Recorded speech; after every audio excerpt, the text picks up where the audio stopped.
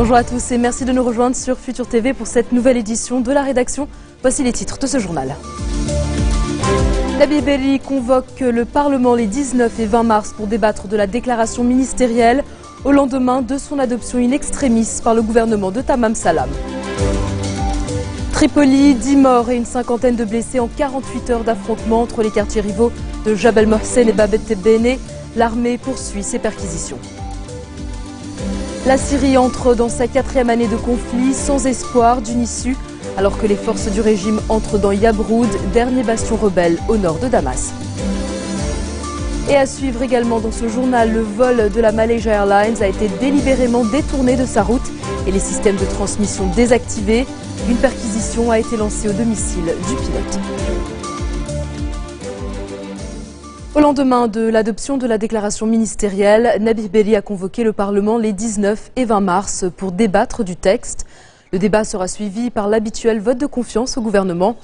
Le cabinet de Tamam Salam a adopté in extremis la déclaration ministérielle hier soir, après près d'un mois de délibération. La formule adoptée a été proposée par le président Slimane.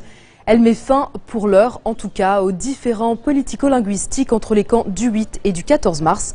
La formule concilie les deux logiques en glissant l'expression « le devoir de l'État » dans le texte, sans omettre le droit à la résistance, et remplace la formule « le droit du peuple libanais à résister » par « le droit des citoyens libanais à résister ». Les ministres du parti Kataeb ont toutefois émis des réserves sur la version finale du texte. Ils ont réclamé 24 heures de réflexion avant de donner leur aval. Et puis un peu plus tôt dans la journée, j'ai reçu le ministre Nabil Defrege qui m'a fait part de son opinion sur la formulation de la déclaration ministérielle. On l'écoute. Je considère que c'est une formule qui est très acceptable vu les circonstances par lesquelles le pays passe et surtout qu'il ne faut pas tout de suite penser à la formule idéale que tout le monde voulait et que c'était le premier à vouloir. Il faut simplement faire une comparaison entre cette formule et la formule précédente qui était théoriquement intouchable, sous menace d'utilisation des armes. Or, nous avons beaucoup allégé la formule précédente. C'est-à-dire que l'armée, le peuple, la résistance, tout ça, ça n'existe plus aujourd'hui. Il y a simplement, c'est un paragraphe qui commence en disant qu'il repose, ce paragraphe, entièrement sur le droit, pas le droit, sur le devoir de l'État. Le devoir de l'État, absolument, le devoir de l'État. Et à partir du devoir de l'État, évidemment, sans faire référence directement, mais c'est clair que c'est une référence à l'article 51 de la Charte des Nations Unies qui dit que chaque territoire membre des Nations Unies, pays qui est attaqué par un autre pays, a le droit de se défendre avec l'État et tous les moyens possibles, dont le peuple et par tous les moyens qu'il a, c'est tout à fait normal. Et c'est ce qui est, en fait, c'est ça la déclaration qu'il y a. Donc je pense que c'est même dans la charte des droits de l'homme de la Ligue arabe.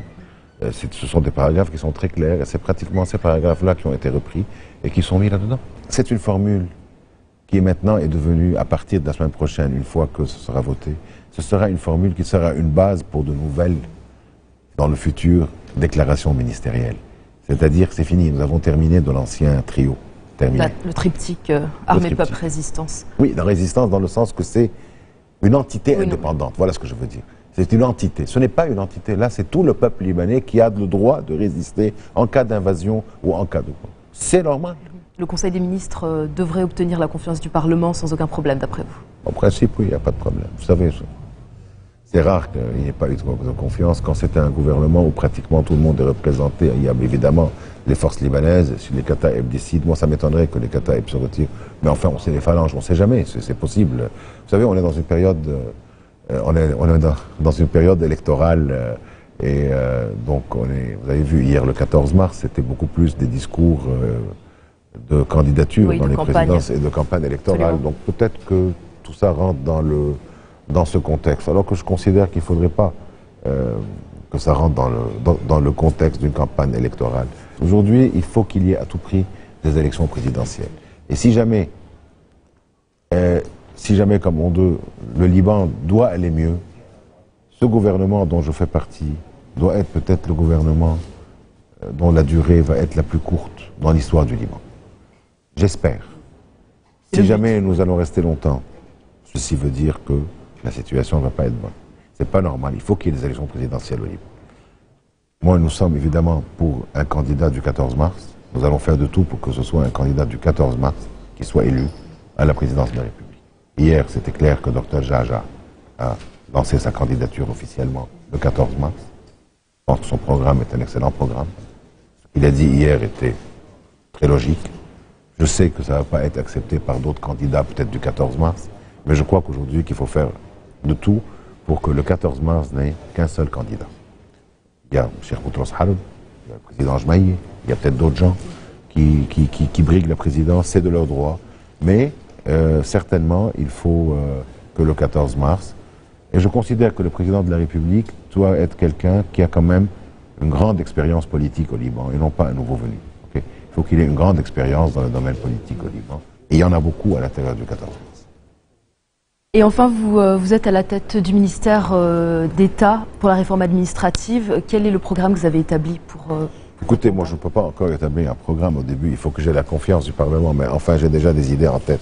Vous savez, c'est un ministère qui, à mon avis, est peut-être le ministère le plus agréable et le plus important de l'État libanais. Premièrement, parce que c'est un ministère d'État. Que veut dire un ministère d'État? Un ministère d'État, c'est un ministère qui n'a pas un organigramme et qui n'a pas été créé par une loi au Parlement. Donc, qui ne dépend pas, si vous voulez, directement du budget. Il y a énormément de projets, si vous voulez, je peux vous en donner quelques titres. Je ne vais pas tout donner parce que ça prendrait trop de temps. Vous avez, premièrement, vous savez que le Liban a adhéré à la charte anticorruption des Nations Unies. C'est notre ministère qui est chargé de préparer les lois pour les faire passer au Parlement. Deuxièmement, vous avez un grand projet énorme qui s'appelle les solid waste, donc les déchets solides, pour voir un peu comment séparer les déchets, essayer de faire des engrais organiques, les donner aux agriculteurs, ou bien alors faire des stations des stations électriques, si vous voulez, qui fonctionneraient au méthane, donc ce qu'on appelle le biogaz. Oui. Vous avez l'allègement des formalités, c'est très important. Vous voulez faire des formalités aujourd'hui, vous allez vous faire une formalité, on vous dit non, il vous manque ce papier, vous partez, revenez. Vous pouvez rentrer sur un website qui s'appelle Daoulati, que vous pouvez descendre sur votre téléphone. Vous voulez faire une formalité, vous l'inscrivez, vous avez tout ce qu'on vous demande pour ne pas aller et venir. Et prochainement, vous allez pouvoir faire des formalités de la Sûreté Générale de chez vous à la maison sans aller à la Sûreté, pour plusieurs cas. Vous avez l'informatisation, comme je vous ai dit, pour des programmes informatiques de plusieurs ministères, de municipalités, de Link, le e-government, tout ça, c'est nous qui le faisons. Vous avez l'archivage au ministère de l'Intérieur, archivage, je ne sais pas comment on dit en français, l'ahwal charsi, c'est-à-dire tout ce qui est carte d'identité, certificat de naissance, certificat de tout ce qui est enregistré, si vous voulez, au ministère de l'Intérieur, va être entièrement archivé depuis, je crois, 1920, 1930 à aujourd'hui, sur des microfilms et tout, un travail énorme. On a lancé ce projet. Et vous avez aussi l'informatisation des procès. Ce que je vous dis, c'est lancé. L'ambition, c'est ce que nous comptons faire. Évidemment, nous allons essayer de faire encore beaucoup de projets, spécialement dans les régions les plus défavorisées au Liban, surtout au Nord-Liban et à la Bekaa, parce que ce sont de ces régions défavorisées qu'il y a énormément de pauvreté, et la pauvreté mène à l'extrémisme. Et on revient là au côté politique. Il faut faire de tout pour essayer d'arrêter l'extrémisme. C'est en trouvant des solutions économiques dans ces régions. 10 morts en 48 heures, c'est le dernier bilan des affrontements à Tripoli entre les quartiers rivaux de Jabal Mohsen et Bab el-Tebene. Affrontements qui ont également fait une cinquantaine de blessés, dont 8 soldats. Les francs-tireurs sévissent toujours, prenant pour cible toute personne qui s'aventure entre les deux quartiers. L'armée libanaise a mené des perquisitions cette nuit et a arrêté plusieurs personnes. Le conflit en Syrie voisine alimente les violences interconfessionnelles à Tripoli depuis plus d'un an. Des violences qui ont fait des centaines de morts et de blessés. Dans un instant, en direction Paris, où se trouve la meilleure baguette de la capitale française? Réponse en fin de journal.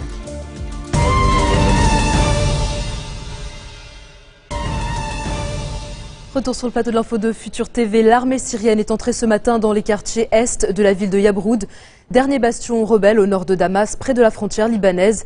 Les soldats du régime s'avancent vers l'artère principale.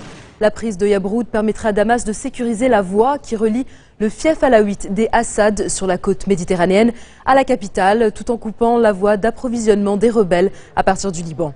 Le conflit syrien entre aujourd'hui dans sa 4e année alors que plus de 146 000 personnes, dont environ 50 000 civils ont été tués dans les violences depuis le début de l'insurrection. Nouvelle attaque meurtrière contre l'armée égyptienne ce samedi. 6 soldats postés à un poste de contrôle dans les environs du Caire ont été tués par les tirs d'assaillants. Une attaque qui intervient 2 jours après celle qui a visé des militaires escortant un bus de l'armée dans laquelle un soldat a été tué et 3 autres blessés. Les forces de sécurité ont par ailleurs désactivé 2 bombes trouvées près du poste de contrôle. Il n'y a pas eu de revendication pour l'heure. On est toujours sans nouvelles de l'avion de Malaysia Airlines depuis maintenant plus d'1 semaine. Les opérations de recherche de l'appareil sont entrées dans une nouvelle phase. Selon les enquêteurs, le vol MH370 a délibérément changé de trajectoire, se dirigeant vers le nord-ouest puis vers l'ouest. C'est donc dans cette direction que vont à présent s'orienter les recherches. D'après le Premier ministre malaisien, quelqu'un aurait délibérément éteint les systèmes de communication et de repérage de l'appareil, fait faire demi-tour à l'avion qui a ensuite volé pendant près de 7 heures avant de disparaître.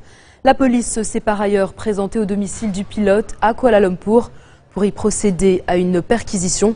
239 personnes étaient à bord de l'avion en route pour Pékin. Pascal Simbikangwa a été condamné à 25 ans de prison pour sa participation au génocide au Rwanda en 1994.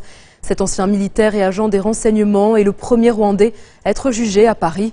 Le verdict est tombé hier soir au terme d'un procès fleuve de 6 semaines et d'un délibéré de 12 heures. L'accusé a nié les faits qui lui sont reprochés. À la stupéfaction générale, il a répété n'avoir vu aucun cadavre pendant les 100 jours au cours desquels 800 000 personnes, principalement des Tutsis, ont été massacrées entre avril et juillet 1994. Le ministère public avait requis la réclusion à perpétuité pour Simbikangwa, paraplégique depuis un accident de la route en 1986. Sa condamnation intervient quelques semaines avant les commémorations du 20e anniversaire du génocide. C'est désormais officiel, la meilleure baguette de Paris se trouve dans le 14e arrondissement. La 20e édition du Grand Prix décerné par la mairie de Paris a sacré Antonio Teixeira, artisan dans les boulangeries aux délices du Palais, situées 60 boulevard Brune. Sur 187 baguettes déposées par les boulangers en début d'après-midi, seules 137 ont été dégustées, car 50 d'entre elles ne respectaient pas les impératifs de taille et de poids imposés par le concours. Comme chaque année, tous les artisans boulangers de la capitale ont été invités à participer. Aux délices du Palais est une histoire de famille. En 1998, le père remportait le prix de la baguette d'or. 16 ans après, son fils âgé de 24 ans lui succède. En plus de la notoriété que lui rapporte ce prix, la boulangerie va fournir les cuisines de l'Élysée pendant 1 an. C'est beaucoup de fierté, très très content.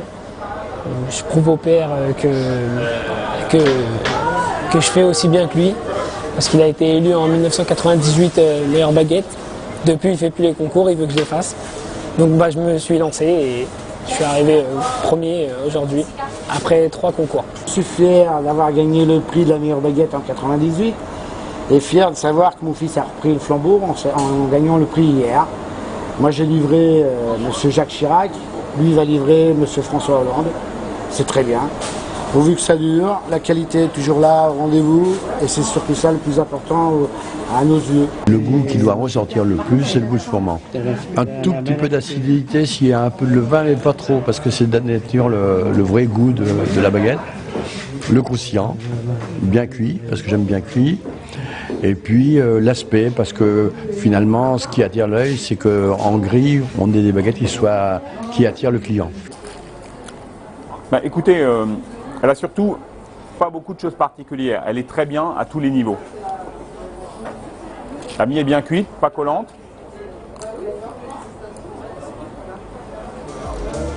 Des bons arômes. De la peau. Une baguette française. Très appétissant en tout cas. Fin de ce journal. Tout de suite le rappel des titres qui ont marqué l'actualité de cette journée. Nabi Berri convoque le Parlement les 19 et 20 mars pour débattre de la déclaration ministérielle au lendemain de son adoption in extremis par le gouvernement de Tamam Salam. Tripoli, 10 morts et une cinquantaine de blessés en 48 heures d'affrontement entre les quartiers rivaux de Jabal Morsen et Bab el-Tebene. L'armée poursuit ses perquisitions. La Syrie entre dans sa 4e année de conflit sans espoir d'une issue alors que les forces du régime entrent dans Yabroud, dernier bastion rebelle au nord de Damas. Et puis le vol de Malaysia Airlines a été délibérément détourné de sa route et les systèmes de transmission désactivés. Une perquisition a été lancée au domicile du pilote. Merci de votre attention. Retrouvez-nous tous les jours à 16h40 heure de Beyrouth et ne ratez pas votre rendez-vous hebdomadaire. Code 24, votre magazine d'actualité, c'est ce soir à 22h30 avec mon collègue Serge Berberi et moi-même. Bonne soirée.